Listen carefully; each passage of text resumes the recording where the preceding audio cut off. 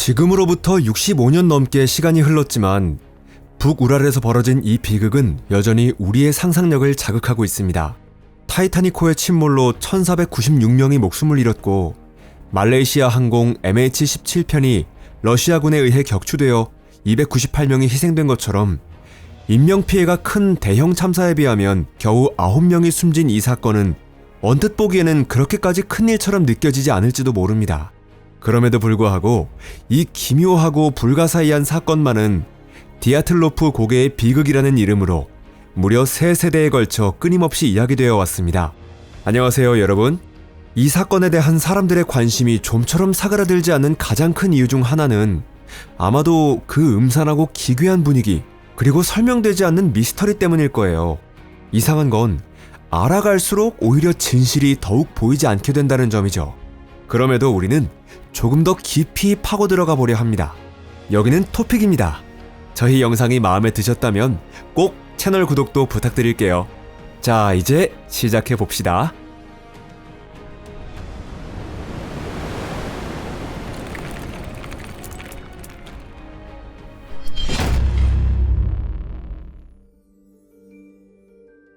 경로와 그 참가자들.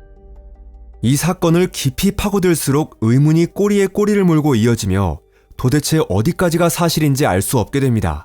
하지만 원래 이 여정은 난이도 3등급으로 분류되는 비교적 평범한 산악스키 투어였어야 했죠. 난이도와 관련해 어떤 전문가는 북우랄의 낮고 완만한 산들을 스키로 넘는 게 그렇게 어렵겠느냐며 오히려 이 코스의 등급이 과대평가되었다고 주장하기도 했습니다.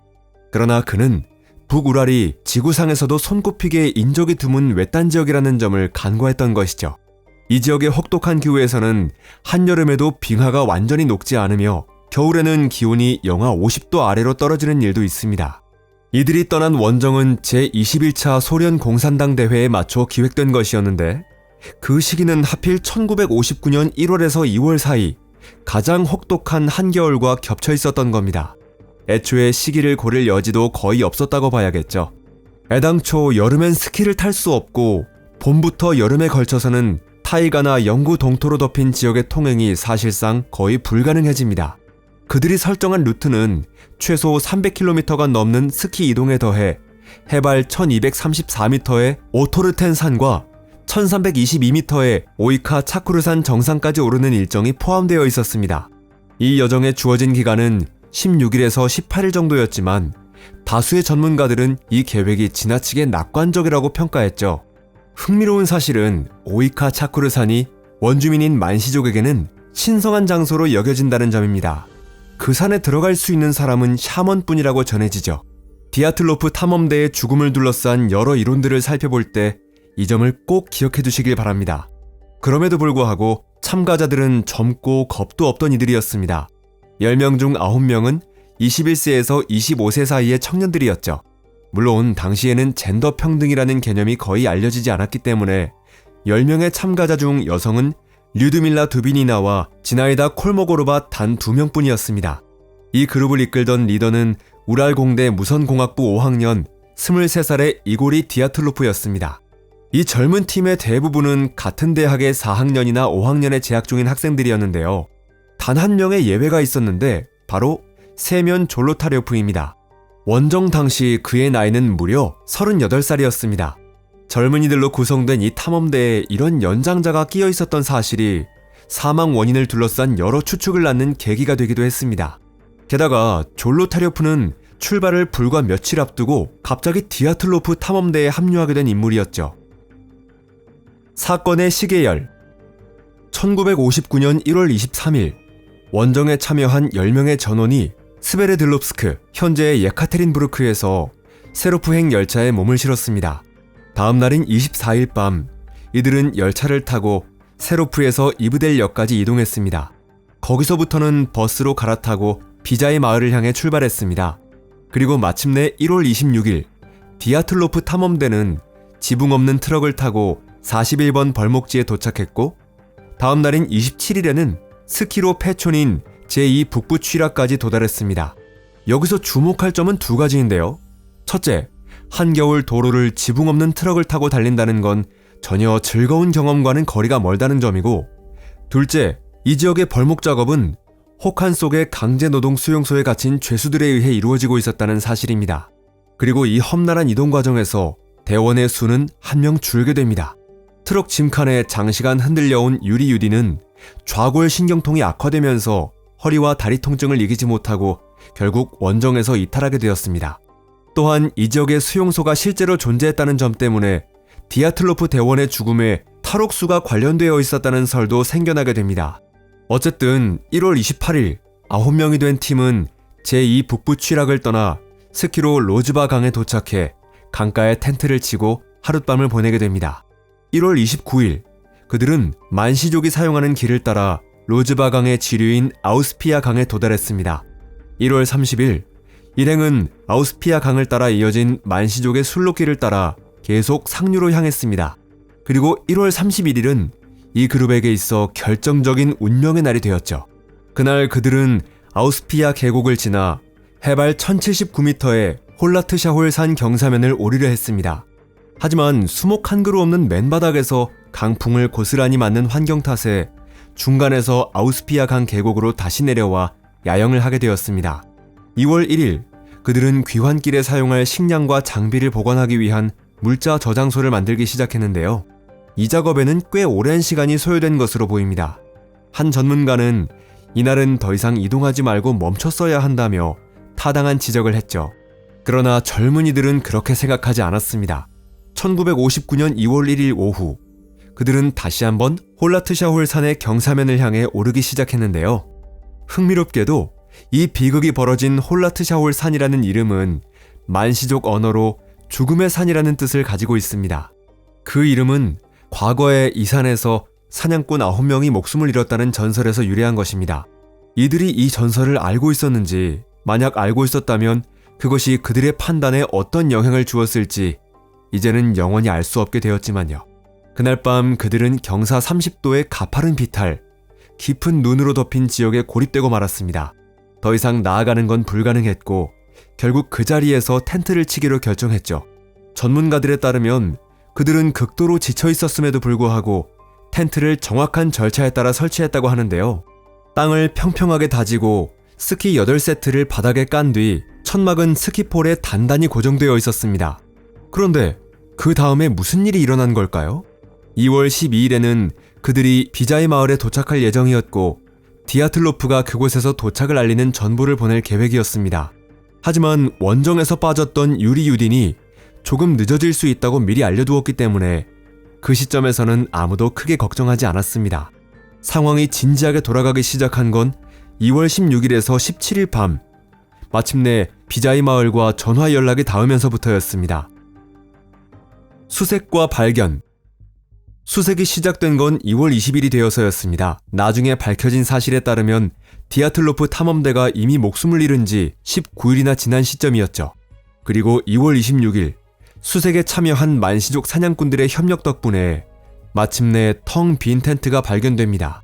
텐트는 위쪽 대부분이 눈에 파묻혀 있었죠. 이상한 점은 텐트 안에는 아무도 없었는데도 짐은 비교적 가지런하게 정돈돼 있었고 심지어 겨울용 부츠와 방한복까지도 제대로 놓여 있었다는 거예요. 텐트의 머리 쪽에는 2군데 찢긴 흔적이 있었습니다. 절단된 형태를 보면 이는 텐트 안쪽에서 칼로 그어 만든 것이며 사람 한 명이 기어나올 수 있을 정도의 크기였다는 것이 확인되었습니다. 그리고 텐트에서 경사면 아래로 이어지는 발자국들이 남아 있었죠. 그 발자국들은 그들이 평소 걷는 보폭으로 서로 가까운 거리를 유지하며 걸었고 거의 모두가 맨발이거나 양말만 신은 상태였으며 어떤 이들은 한쪽 발에만 신발을 신은 채 걷고 있었다는 걸 보여주고 있었습니다. 그것도 영하 30도에 이르는 혹한 속에서 말이죠. 하지만 텐트에서 약 50m쯤 내려간 지점에서 발자국은 새로 내린 눈 아래로 사라지고 맙니다. 다음날 텐트에서 1.5km 떨어진 시베리아 잣나무 아래에서 처음으로 시신 2구가 발견됩니다. 크리보니셴코와 도로셴코였죠. 같은 날 그보다 300m 더 아래쪽에서 이고리 디아틀로프의 시신도 발견되었습니다. 그리고 5월 4일 나머지 대원들의 시신도 마침내 발견됩니다. 그중 4명은 숲속의 골짜기에서 심각한 외상을 입은 상태로 발견되었죠. 예를 들어 류드밀라 두비니나는 갈비뼈가 부러져 있었고 양쪽 눈과 혀가 사라진 상태였으며 니콜라이 티보 브리뇰은 두개골이 산산조각 난 채 발견됐습니다.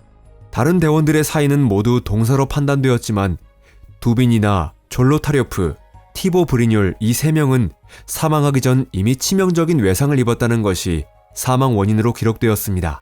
게다가 전문가들에 따르면 이 치명적인 외상은 엄청난 힘이 가해졌을 때 발생하는 수준이었고 그 비유로는 고속 주행 중인 차량에 들이받친 것과 맞먹는다고까지 설명됩니다.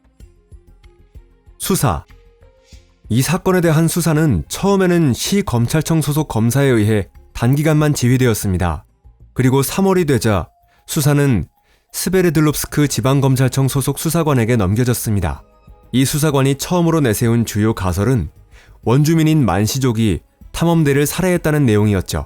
만약 이 사건이 10년쯤 앞서 스탈린 시대의 공포정치 아래에서 발생했더라면 사건은 거기서 종결되고 만시족은 강제로 자백당했을지도 모릅니다.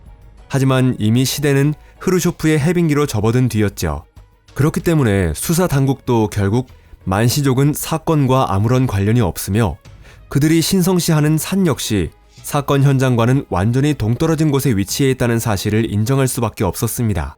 마침 그 무렵 디아틀로프 대원들이 사망한 장소 인근에 미사일 발사 실험이 이루어졌던 군사훈련장 VP-41이 존재했다는 사실이 드러났는데요. 실제로 만시족 증언자들이나 수색 대원들 중 일부는 하늘에 불덩이가 떠오르는 걸 봤다고 증언했습니다. 하지만 그 불덩이는 어디까지나 디아틀로프 대원들의 시신이 발견된 이후에 목격된 것이었으며 2월 1일에서 2일 시점에 나타났다는 증거는 남아있지 않았습니다. 다만 로켓 실험설을 지지하는 근거로 무시할 수 없는 점은 2명의 시신과 옷에서 방사능 흔적이 검출되었다는 사실인데요. 아무리 해빙기라고는 해도 국가 기밀을 지키는 것이 최우선이었던 시대였습니다. 아마도 그 때문에 이바노프 수사관의 상관이 방사능 검사 보고서를 사건 기록에서 삭제하라고 지시했을 가능성이 큽니다. 그 결과 수사 개시 후 불과 3개월이 지난 5월에 범죄 구성 요건을 인정할 수 없다는 이유로 수사는 종결되었습니다. 공식적으로 내려진 결론은 탐험대원들은 저항할 수 없는 자연의 힘에 의해 사망했다는 것이었죠. 여기서 말하는 자연의 힘이란 눈사태를 뜻하는 표현이었습니다. 디아틀로프 대원들의 죽음을 둘러싼 여러 설들. 지금까지 제기된 가설은 대략 75개에서 100개에 달합니다.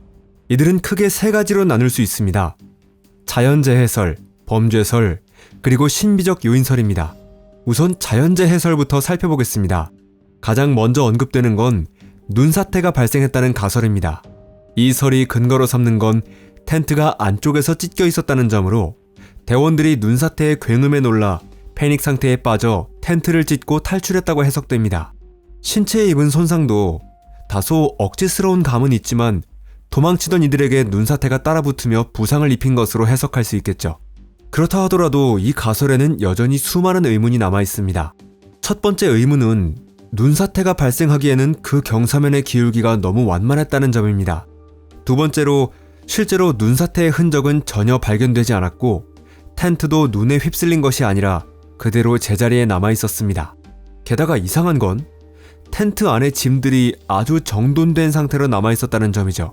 패닉에 빠졌던 사람들의 흔적이라고 보기 어려울 뿐 아니라 한밤중 혹한 속에서 거의 알몸에 가까운 상태로 뛰쳐나왔다는 점과 그들이 달리지 않고 평소 보폭으로 걸었다는 점 역시 서로 모순됩니다. 다른 자연현상 중 주목받는 것은 카타바틱 윈드, 즉 활강풍이라는 현상입니다. 이는 산 정상에서 갑자기 불어내려오는 매우 차가운 공기의 흐름을 말하는데요. 이 으스스한 바람소리가 젊은 대원들을 공포에 몰아넣고 쌓인 눈이 텐트 위로 무너졌을 가능성도 있습니다. 다만 이 종류의 바람은 발생 자체가 극히 드문 현상이죠. 더욱 드문 가설은 사람의 뇌에 영향을 주어 공황 상태나 방향 감각 상실을 일으킨다고 알려진 초저주파음, 인프라사운드 이론입니다. 우랄 산맥 일부 지역에서는 실제로 관측된 사례가 있지만 북우랄에서 발생했다는 보고는 없습니다. 게다가 초저주파음으로는 대원들이 입은 심각한 외상을 설명할 수 없어요. 다음으로는 범죄설입니다. 용의자로 지목된 것은 만시족 지역 주민들이거나 수용소에서 탈출한 죄수들입니다. 하지만 만시족의 연루 가능성은 그들의 진술과 러시아계 주민들의 증언 대조를 통해 수사 초기에 이미 부정되었습니다. 애초에 만시족은 매우 평화적인 민족이죠. 실제로 그들은 텐트와 시신 수색에 적극 협조해 주었습니다. 게다가 발견된 시신들에는 어떠한 싸움의 흔적도 없었습니다. 반면 탈옥수의 경우는 이야기가 달라지는데요. 이 지역에는 수용소가 있었기 때문에 누군가 탈출을 시도했다 해도 이상할 것은 없었습니다. 하지만 그 당시 실제로 탈옥이 발생했다는 기록은 전혀 남아있지 않습니다. 겨울철 혹한 속에서 도주한다는 건 곧 죽음을 의미하는 행위이기 때문입니다. 그리고 다시 한번 강조하자면 시신들에서 폭력의 흔적은 전혀 발견되지 않았습니다. 그리고 현장에 남아있었던 것은 대원들 본인의 발자국뿐이었습니다. 범죄설 중 가장 유력하다고 여겨지는 것은 바로 군의 개입설인데요. 탐험대가 우연히 미사일 시험 구역에 들어섰거나 국가 기밀과 관련된 무언가를 목격했을 가능성이 있다는 것이죠.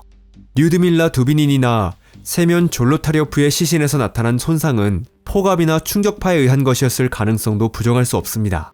외상이 없는 내부 장기 손상은 파편이 퍼지지 않는 탄두의 폭발에서 흔히 나타나는 양상이라고 합니다.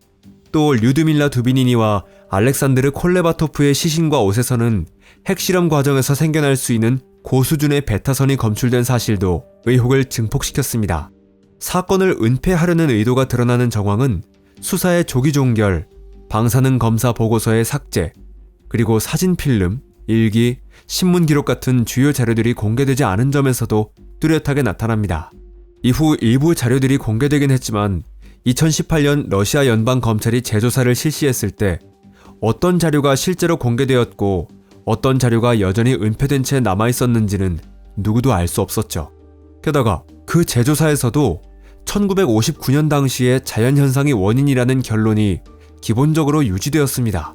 자, 이제 신비적 요인설인데요. 물론 이런 종류의 가설은 수도 없이 많습니다. 그 중에서도 가장 구체적으로 묘사된 사례는 2013년에 공개된 레니 할린 감독의 스릴러 영화 디아틀로프 인시던트입니다. 영화의 설정에 따르면 디아틀로프 대원들은 우연히 소련군이 텔레포트나 시간여행 실험을 하던 구역에 들어가게 됩니다. 이야기 속에서 생존자들은 다른 차원이나 다른 시대와 연결된 포털을 발견합니다. 결국 두 사람은 1959년으로 되돌아가고 그들의 육체는 디아틀로프 탐험대를 공격하는 데 이용됩니다. 이쯤 되면 상상의 나래를 펼치기 나름이라 뱀파이어든 외계인이든 얼마든지 등장시킬 수 있고 결국엔 취향 문제겠죠. 하지만 진지하게 말하자면 디아틀로프 고개에서 벌어진 이 비극은 아직도 풀리지 않은 미스터리로 남아있습니다. 이 사건에는 사망 원인이 될 만한 요소들이 너무 많고 동시에 서로 모순되는 사실들도 수없이 얽혀 있습니다. 어쩌면 완전한 아카이브 자료에 기반한 독립적인 조사가 이루어져야만 이 사건의 실체에 조금이나마 빛이 비춰질 수 있을지도 모르겠네요. 지금에 와서는 당시의 수사가 윗선의 지시에 따라 진행되었고 수많은 진실들이 봉인된 채 묻혀 있었다는 사실에 의심의 여지가 없습니다. 그리고 그 진실들은 아마도 영원히 사라져버렸을지도 모릅니다. 적어도 생명을 경시하는 이 체제가 완전히 무너지기 전까지는 말이에요. 이 영상이 흥미로우셨다면 좋아요 버튼을 눌러주시고 SNS에도 널리 공유해주세요. 시청해주셔서 감사합니다. 그럼 다음에 또 만나요. 안녕히 계세요.